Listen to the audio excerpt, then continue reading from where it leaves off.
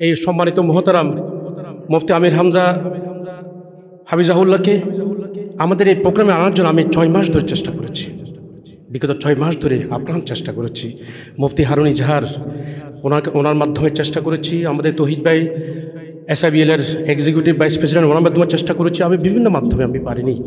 গত 2 সপ্তাহ আগে আমাদের এখানে যে আলেমে দিন প্রোগ্রাম করেছিলেন, আদর্শ পরিবার গঠন নিয়ে যে আলোচনা করেছেন ম্যাম হাসিবুর রহমান, ওনার মাধ্যমে হুজুরকে আনা সম্ভব হয়েছে।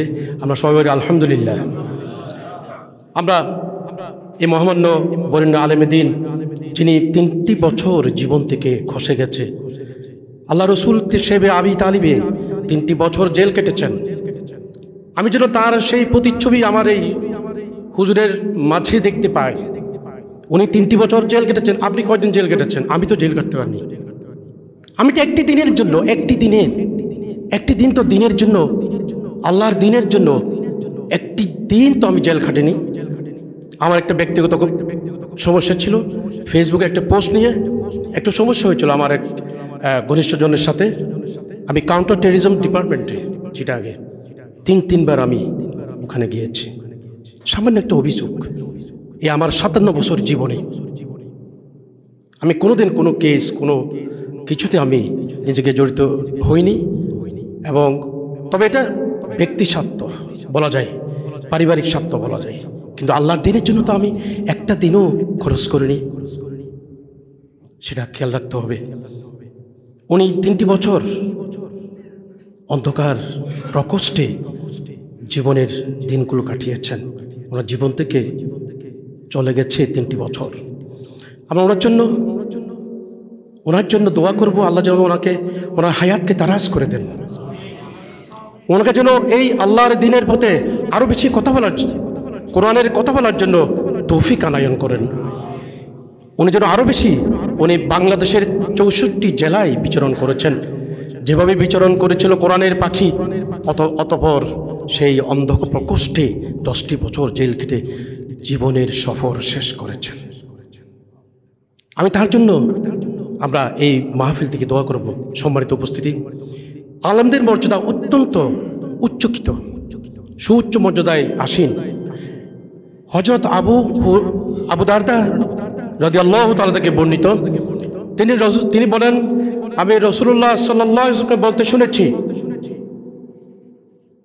যে ব্যক্তি যদি কোনো পথে গমন করে সে যেন জ্ঞান অর্জন করে, আল্লাহ তাআলা তার জন্য জান্নাতের পথ সুগম করে দেন।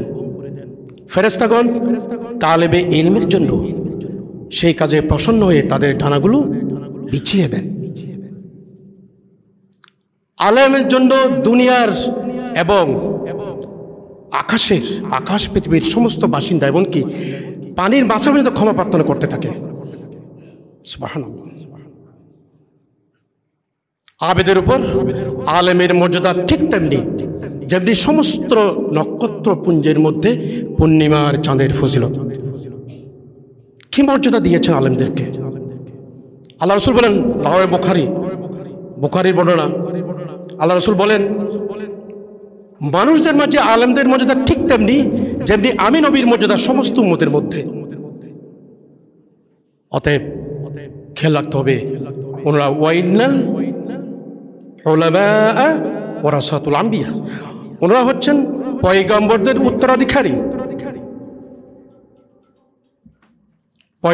উত্তরাধিকারী। এমন মর্যাদা দিয়েছে, অথচ সেই মর্যাদা আমরা ধরে রাখতে পারিনি। আলেমে বিভিন্ন বিভক্তি, দলে বদলে বিভক্তি, বিভিন্ন ধরনের হীনমন্যতা, বিভিন্ন ওয়াজ নসিহত করতে গিয়ে অনেকে ঝগড়াঝাটি, বিবৃতি, পাল্টা বিবৃতি, এসবের কারণে আমাদের সম্মানিত আলেম ওলামাদের মর্যাদা আজ ভুলণ্ঠিত। কিন্তু হকপন্থী আলেমরা এখনো টিকে আছে, আগামী কিয়ামত পর্যন্ত টিকে থাকবে ইনশাআল্লাহ। যারা হকের পক্ষে নেই তারা কিন্তু এই সমস্ত ঝগড়াঝাড়িতে আক্রান্ত। সম্মানিত উপস্থিতি, আমাদেরকে আল্লাহ তাআলা বলছেন, তোমরা একতাবদ্ধ হও, ওয়াতাসিমু বিহাবলিল্লাহি জামিআন ওয়া লা তাফাররাকু, তোমরা সবাই মিলে আল্লাহর রজ্জুকে দৃঢ়ভাবে আঁকড়ে ধরো এবং পরস্পর বিচ্ছিন্ন হইও না। ওয়ালা তাকুনু কাল্লাযীনা তাফাররাকু ওয়াখতালাফু মিন বা'দি মা জাআহুমুল বায়্যিনাহ ওয়া উলাইকা লাহুম আযাবুন আলীম।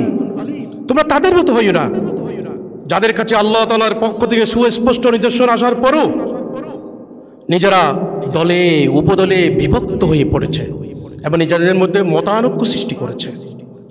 তারাই হচ্ছে সেসব লোক যাদের উপর আল্লাহ তাআলা কঠোর শাস্তি প্রদান করেছেন। তৎকালীন ইহুদিদের কিতাব হলো তাওরাত। হযরত মুসা আলাইহিস সালামের উম্মত, তাদের উপর তাওরাত কিতাব নাজিল হয়েছে। সেই তাওরাত আমার রাসূলের জন্ম, আমার রাসূলের সমগ্র কথামালা লিপিবদ্ধ ছিল, কিন্তু তারা সেটা গোপন করেছে। ইন্নাল্লাযীনা ইয়াকতুমুনা মা আনজালনা মিনাল বায়্যিনাতি ওয়াল হুদা মিন বা'দি মা বায়্যানাহু লিন-নাসি ফিল কিতাব। আমি আমার মানুষদের জন্য যেসব বিধান আমার কিতাবে বর্ণনা করে দিয়েছি, অথবা যারা আমার নাজিল করা কিতাবের পরিষ্কার পথ নির্দেশ সুস্পষ্ট নিদর্শনসমূহ গোপন করে, তারাই হচ্ছে সেসব লোক যাদের উপর আল্লাহ তাআলা অভিসম্পাত করেন। উলাইকা ইয়ালআনুহুমুল্লাহু ওয়া ইয়ালআনুহুমুল লাঈনুন। তাদের উপর আল্লাহ তাআলা অভিসম্পাত, অন্যান্যদের অভিসম্পাত রয়েছে। ইন্নাল্লাযীনা ইয়াকতুমুনা মা আনজালাল্লাহু মিনাল কিতাবি ওয়া ইয়াশতারুনা বিহি সামানান কলিলা উলাইকা মা ইয়াকুলুনা ফি বুতুনিহিম ইল্লান নারা ওয়া লা ইউকাল্লিমুহুল্লাহু ইয়াওমাল কিয়ামাতি ওয়া লা ইউযাক্কিহিম ওয়া লাহুম আযাবুন আযীম। নিশ্চয় যারা আমার কিতাবের অংশবিশেষ গোপন করে এবং সামান্য মূল্যে বিক্রি করে দেয়, তারাই হচ্ছে সেসব যারা নিজেরা আগুন দিয়ে পেট ভর্তি করে, তাদেরকে আল্লাহ তাআলা কিয়ামতের দিন তাদের সাথে কথা বলবেন না, তাদেরকে পবিত্র করবেন না, তাদের উপর ভয়ানক আযাব। আমরা আলেমুলামা সম্মানিত আলেমুলামা অনেক দেখা যায় যে সমস্ত আয়াত আমার পক্ষে যায়, সেই সব আয়াত আমরা ওয়াজ মাহফিলে নসিহত করি, সভা সমাবেশে বলি। যে সমস্ত আল্লাহর আয়াত আমার বিরুদ্ধে যায় সেটা বলি না। ঘুষের বিরুদ্ধে বলি না, দুর্নীতির বিরুদ্ধে বলি না, ইকামতের দ্বীনের পক্ষে কথা বলি না, ইকামতের দ্বীন নিয়ে কোনো আলোচনাই করি না। অথচ সেই ইকামতের দ্বীন তো আল্লাহ তাআলা ফরজ করে দিয়েছেন। শারা'a লাকুম মিনাদ দীনি মা ওয়াসসা বিহি নূহা ওয়াল্লাযী আওহাইনা ইলাইকা ওয়া মা ওয়াসসাইনা বিহি ইব্রাহিমা ওয়া মূসা ওয়া ঈসা আন আকিমুদ্দিন। এই দিনকে তোমরা প্রতিষ্ঠা করো। হে মানুষ, তোমাদের উপর সেই বিধানই নির্ধারিত করা হয়েছে যা আমি নূহকে আদেশ করেছিলাম, যা আমি তোমার কাছে ওহী করে পাঠিয়েছি, এবং অপরন্তু আমি আদেশ করেছিলাম ইব্রাহিম, ঈসা, মূসা, তাদেরকে বলেছিলাম তোমরা এই দিনকে প্রতিষ্ঠিত করো। ওয়ালা তাতাফাররাকু ফীহি, তোমরা অনৈক্য সৃষ্টি করো না। কিন্তু আমরা আজ অনৈক্য সৃষ্টি করছি, সেই আল্লাহর আয়াতকে আমরা অস্বীকার করছি। আফাতুমিনুনা বিবাদিল কিতাবি ওয়া তাকফুরুনা বিবাদ। তোমরা আল্লাহর কিতাবের একাংশ বিশ্বাস করো, আরেক অংশ অবিশ্বাস করো। ফামা জাযাউ মান ইয়াফআলু যালিকা মিনকুম ইল্লা খিজিয়ুন ফিল হায়াতিদ দুনিয়া ওয়া ইয়াওমাল কিয়ামাতি ইউরাদ্দুনা ইলা আশাদ্দিল আযাব। যদি কেউ কোনো জাতি কিংবা ব্যক্তি দ্বীনের অংশ বিশেষের উপর এই ঈমান আনয়নের এই আচরণ করো, তাহলে তাদের শাস্তি কি হতে পারে? তারা দুনিয়ায় লাঞ্ছনা ভোগ করবে এবং কিয়ামতের দিন তাদেরকে কঠোর আযাবে পতিত হতে হবে। তোমরা যা কিছু করছো আল্লাহ তাআলা সব কিছু জানেন। সম্মানিত উপস্থিতি, আমরা আজ এক কঠিন দুর্দশার মধ্যে বাস করছি, পার করছি। আজ আমরা কেন হক কথা বলছি না? আমরা কেন বেদাত শিরকের বিরুদ্ধে কথা বলছি না? ইন্না শিরকা লাযুলুমুন আযীম। শিরক হচ্ছে সবচেয়ে বড় জুলুম। যে সমস্ত শিরক কাজ হয়, বেদাত কাজ হয়, সেই সমস্ত বেদাতের বিরুদ্ধে আমাদেরকে বজ্রকণ্ঠে আওয়াজ তুলতে হবে। মসজিদের মিম্বর থেকে ইমাম খতিবদেরকে সেই উদ্যোগ নিতে হবে। কিন্তু না, কিভাবে আপনি আল্লাহর সামনে হাজির হবেন যেখানে আমার রাসূল দান্দান মুবারক নিয়ে আল্লাহর কাছে সামনে হাজির হবেন? তার প্রিয় চাচা হযরত হামজা বুক ফাটা অবস্থায় আল্লাহর সামনে হাজির হবে, যেখানে আল্লাহ রাসূলের কলিজার টুকরা মা ফাতেমার নয়নমণি হযরত হুসাইন আলাইহিস সালাম, তিনি আল্লাহর সামনে অসংখ্য তীর বুকে নিয়ে হাজির হবেন। আল্লাহ রাসূলের অসংখ্য সাহাবী রক্তের দাগ নিয়ে আল্লাহর সামনে হাজির হবে। আপনি কিভাবে নাদুস নুদুস চেহারা নিয়ে জেল না কেটে রক্ত না দিয়ে আল্লাহর সামনে হাজির হবেন? এই লজ্জাটুকু আমাদের থাকা উচিত। ইকামতের দ্বীনের জন্য আমাদেরকে মেহনত করতে হবে। এই যে আপনারা এখানে এসেছেন, এটাও একটা জিহাদ। জিহাদ তো এত সহজ নয়। আম হাসিবতুম আন তাদখুলুল জান্নাতা ওয়ালাম্মা ইয়ালামিল্লাহুল্লাযীনা জাহাদু মিনকুম ওয়া ইয়ালামাস সাবিরিন। তোমরা কি মনে করে নিয়েছো তোমরা এমনি এমনি জান্নাতে প্রবেশ করবে? আল্লাহ তাআলা পরীক্ষার মাধ্যমে একথা জেনে নেবেন না? কারা আল্লাহর পথে জিহাদ করেছে, কারা আল্লাহর প্রতি জিহাদ করেছে, আর কারা বিপদে ধৈর্য ধারণ করতে পেরেছে। আম হাসিবতুম আন তাদখুলুল জান্নাতা ওয়ালাম্মা ইয়াতিকুম মাসালুল্লাযীনা খালাউ মিন ক্বাবলিকুম মাসাততুমুল বা'সা ওয়াদ-দাররাউ ওয়া জুলজিলু হাত্তা ইয়াকুলার রাসূলু ওয়াল্লাযীনা আমানু মা'হু মাতা নাসরুল্লাহ। তোমরা কি মনে করে নিয়েছো তোমাদেরকে এমনি এমনি জান্নাতে দাখিল করা হবে? তোমাদের পূর্ববর্তী লোকদের কোনো বিপদে তোমাদের উপরে কোনো আসেনি?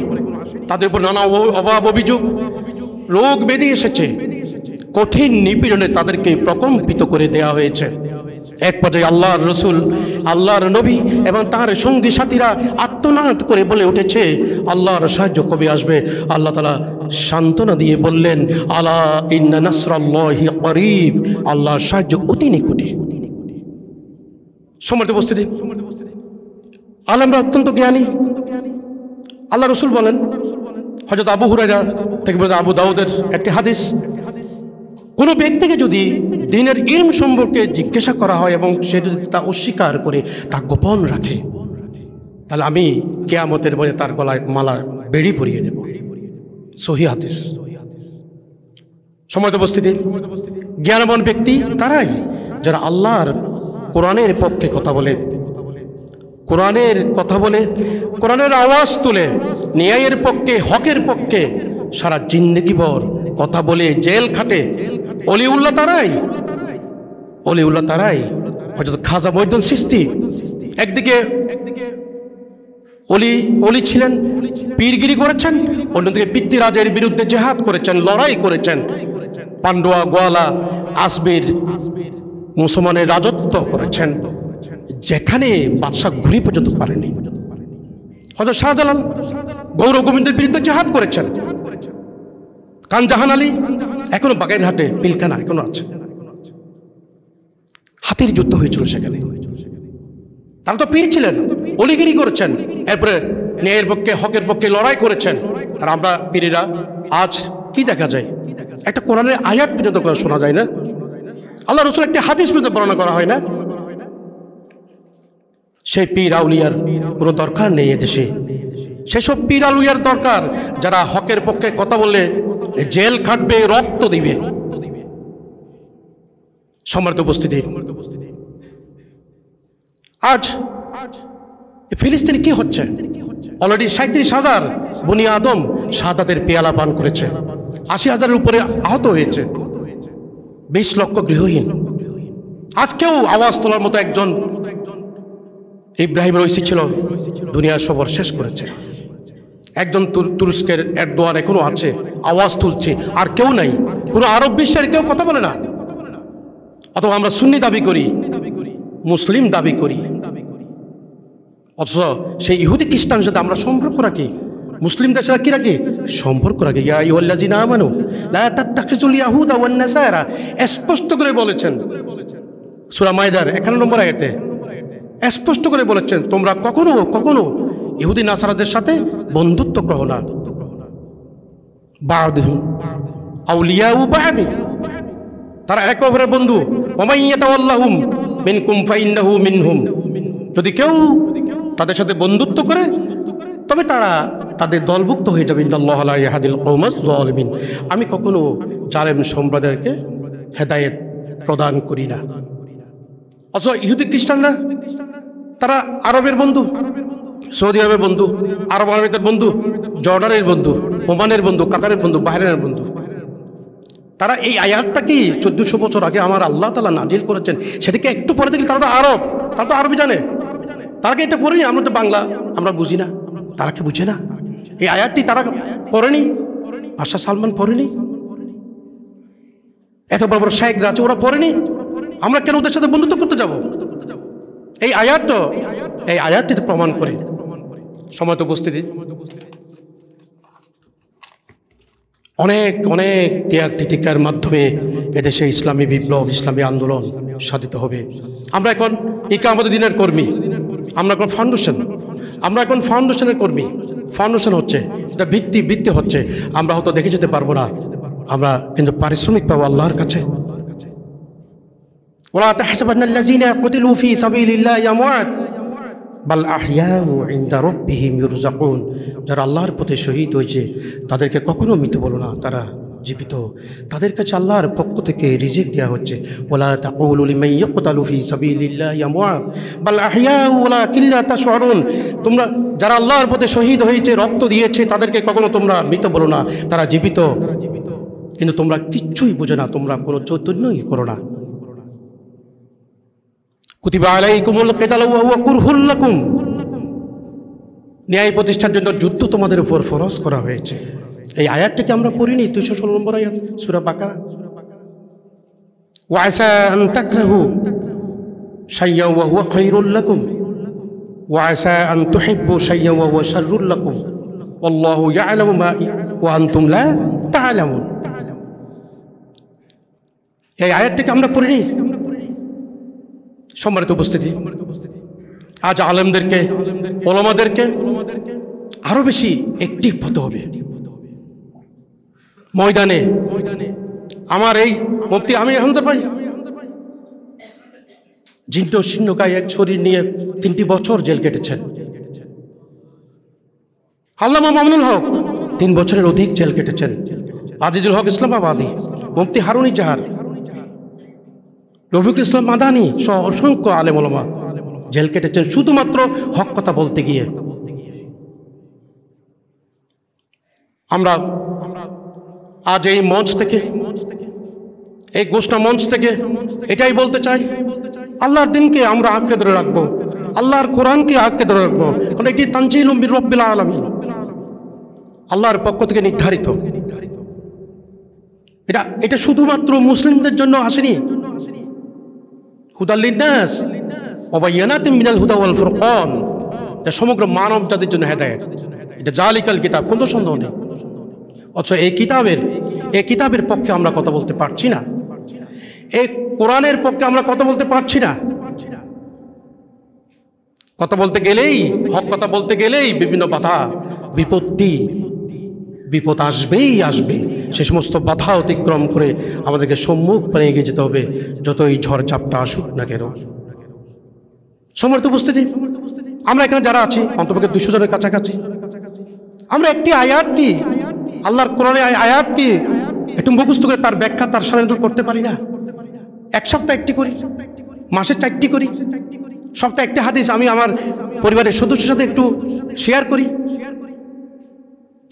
কত হাদিস গ্রন্থ রয়েছে, বুখারী শরীফ রয়েছে, তাফসীর গ্রন্থ রয়েছে, ফি জিলালিল কোরআন রয়েছে, তাফসীর ইবনে কাসির রয়েছে, অসংখ্য তাফসীর গ্রন্থ রয়েছে। আমরা অনেকে এত ব্যস্ততার মাঝেও কিন্তু কোরআন স্টাডি করি। আমি দেখেছি প্রফেসর মুক্তার আহমেদ, উনি কোনো আলেম নন, কিন্তু ওনার, আপনার বক্তব্য শুনেছেন কিনা আমি জানি না, আমি একটি লেকচার শুনেছি। আগামী মাসের 20 তারিখে উনি এখানে আসবেন, 20 জুলাই। ওনার একটা খুতবা শুনেছি আমি, এত ভালো লেগেছে। আমি মনে করছি উনি অনেক বড় আলেম, বিভিন্ন মাদ্রাসার মোহতামের মতো পড়াশোনা, উনি একটু জেনারেল লাইনের একজন। প্রফেসর মুক্তার আহমেদ, আপনার নাম শুনছেন? প্রফেসর মুক্তার আহমেদ। আমরা এই জমিনের উপর অনেক জাতি ধ্বংস হয়েছে। আদ জাতি, সামুদ জাতি, ফেরাউন জাতি, লুত জাতি আল্লাহ ধ্বংস করেছেন। কেন ধ্বংস করেছেন? আল্লাহকে অবাধ্যতার কারণে, আল্লাহর নির্দেশকে অবাধ্যতার কারণে এই জমিনের উপর কি হয়েছে, তাদেরকে ধ্বংস করেছে। এই ধ্বংসের উপর, এই ধ্বংসস্তূপের নতুন নতুন জাতি তিনি সৃষ্টি করেছেন। ওয়াসাকান্তুম ফি মাসাকিনিল্লাযিনা যালামু আনফুসাহুম ওয়া তাবায়্যানা লাকুম কাইফা ফাআলনা বি ওয়া দারাবনা লাকুমুল আমসাল। তোমরা তো তাদের পরিত্যক্ত ভূমিতে বাস করতে, যা তোমাদের আগে নিজেদের উপর নিজেরা জুলুম করেছে, এবং আমি তাদের কাছে কি আচরণ করেছিলাম আল্লাহ তাআলা বলছেন, তা তোমাদের কাছে সুস্পষ্ট ছিল, এবং তাদের জন্য তোমাদের কথা দৃষ্টান্ত বারবার উপস্থাপন করেছিল। এই জমিনের উপর অনেক জাতি ধ্বংস। সম্মানিত উপস্থিতি, আল্লাহ তাআলা প্রত্যেক উম্মতের কাছে রাসূল পাঠিয়েছেন। ওয়ালাকাদ বাআসনা ফি কুল্লি উম্মাতিন রাসূলা, আমি প্রত্যেক উম্মতের কাছে রাসূল পাঠিয়েছি যাতে করে সে বলতে পারে আনিয়াবুদুল্লাহ, আল্লাহ তাআলার একত্ববাদ, আল্লাহ তাআলাকে স্বীকার করো, আল্লাহকে স্বীকার করো। আনিয়াবুদুল্লাহ ওয়াজতানিবুত তাগুত, এবং বিরোধী শক্তিসমূহকে বর্জন করো। আল্লাহ নবীরা কি যুদ্ধ করেন, সাহাবীরা কি যুদ্ধ করেন? ওয়াকাইয়িম মিন নাবিয়্যি ক্বাতালা মা'আহু রিব্বিয়ুন কাসীর ফামা ওয়াহানু লিমা আসাবাহুম ফি সাবিলিল্লাহি ওয়ামা দুআফু ওয়ামা ইসতাকানু ওয়াল্লাহু ইউহিব্বুস সাবিরিন। এখানে নবী অনেক ছিল যারা যুদ্ধ করেছে, তাদের সাথে যুদ্ধ করেছে অনেক সাধক ব্যক্তি। তারা কোনোদিন ভয় পায়নি, কোনো বিপদে ধৈর্য হারা হয়নি, বাতিলের সামনে মাথা নত করেনি। আল্লাহ তাআলা ধৈর্যশীলদেরকে ভালোবাসেন। আমরা সেই পথেই আছি যে পথ আমার রাসূলের পথ, আমার সাহাবীদের পথ, তাবেঈনের পথ, সালফে সালেহিনদের পথ। সেই পথ কণ্টকা কীর্ণ কুসুমস্তীর্ণ নয়। সেই পথকে মারি দিয়ে আমাদেরকে সম্মুখ পানে এগিয়ে যেতে, মঞ্জিলে মকসুদের দিকে এগিয়ে যেতে হবে। সমস্ত বাধা বিভক্তি অতিক্রম দয়া করে আমরা জেল খাটবো, রক্ত দিব, কিন্তু তবু বাতিলের সামনে মাথা নত করব না ইনশাআল্লাহ।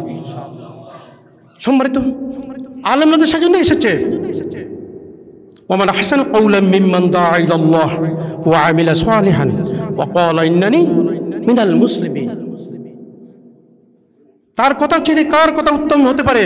যে ব্যক্তি মানুষদেরকে আল্লাহর দিকে আহ্বান করে এবং নিজে নেক আমল করে এবং বলে আমি মুসলমানদের একজন।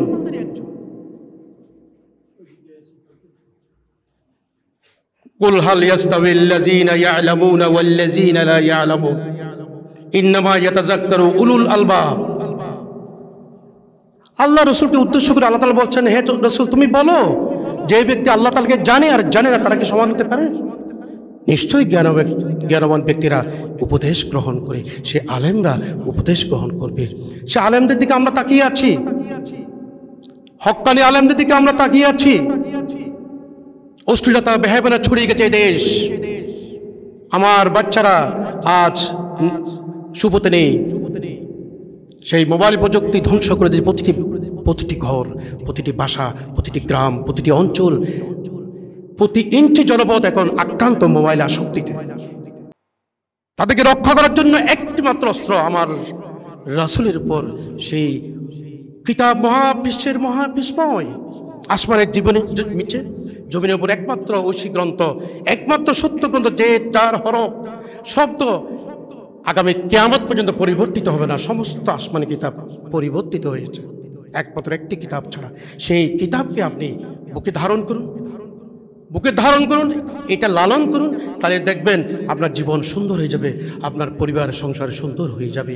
আজ সেই আল্লাহর কোরআনের আইন চালু না থাকার কারণে এই ধর্ষণ, রাহাজানি, খুন সমস্ত ব্যবস্থা এই দেশে চলছে, সারা বিশ্বে চলছে।